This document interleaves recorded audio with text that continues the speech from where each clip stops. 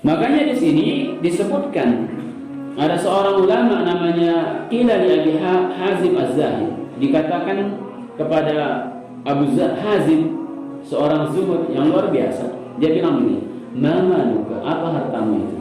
Dia ditanyakan kepadanya, "Apa hartamu itu?" Dia bilang gini, "Lima la akhsha ma'ahu ma'al faqr." Saya punya dua harta yang saya tidak takut kalau bersamanya kefakiran. Jadi dua harta ini saya pun tidak takut kalau disandingkan dengan kefakiran.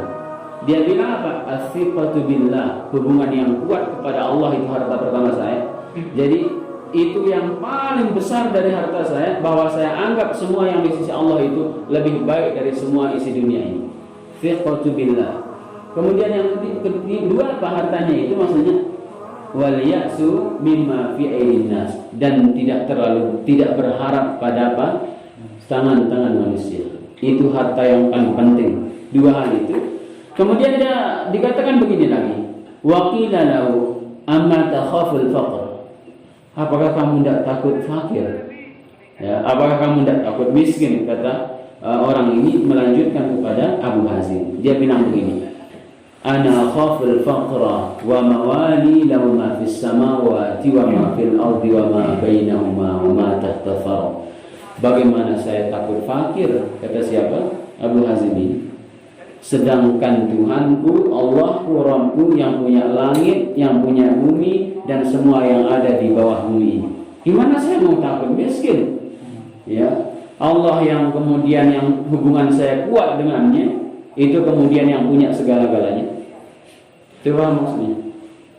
Hah? Gimana dia mau takut miskin? Allah itu yang kemudian tempat dia terus berhubungan dengan kuat itu, yang punya bumi ini maksudnya. Ya. Maksudnya Allah yang menentukan semua. Gimana saya mau takut fakir? Kata siapa? Abu Hazim. Makanya ada yang menyebutkan, Fudail bin Iyad juga mengatakan, yang disebut dengan zuhud ini beragam macam pendapat para ulama tentang zuhud. Sebenarnya satu semua, biar wawasan kita luas tentang zuhud itu. Fudail bin Iyad mengatakan zuhud itu apa? Ridha 'anillah, ridha kepada Allah. Wal qunu, ya, huwa zahid, menerima apa yang Allah tetapkan untuknya, itu namanya orang zuhud. Qanaah itu namanya juga orang zuhud. Makanya juga disebutkan siapa oleh Ammar radhiyallahu anhu, dia bilang begini, kafa bil mauti wa'idan, cukup kematian itu nasihat yang paling baik. Kemudian wa kafa bil yakin ghina, cukup dengan keyakinan itu adalah harta kekayaan yang besar. Nanti kita sebutkan tentang pendapat Ibnu Mas'ud tentang itu.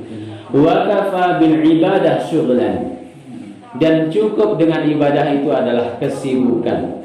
Makanya para ulama itu menganggap pekerjaan dunia itu cuma selingan istirahat untuk ibadah saja. Tadi kan kita kebalik kan? Yang ibadah itu untuk selingan kita. Ya. Kita lanjutkan lagi, sholat dulu 2 menit, 3 menit gitu. Jadi selingan.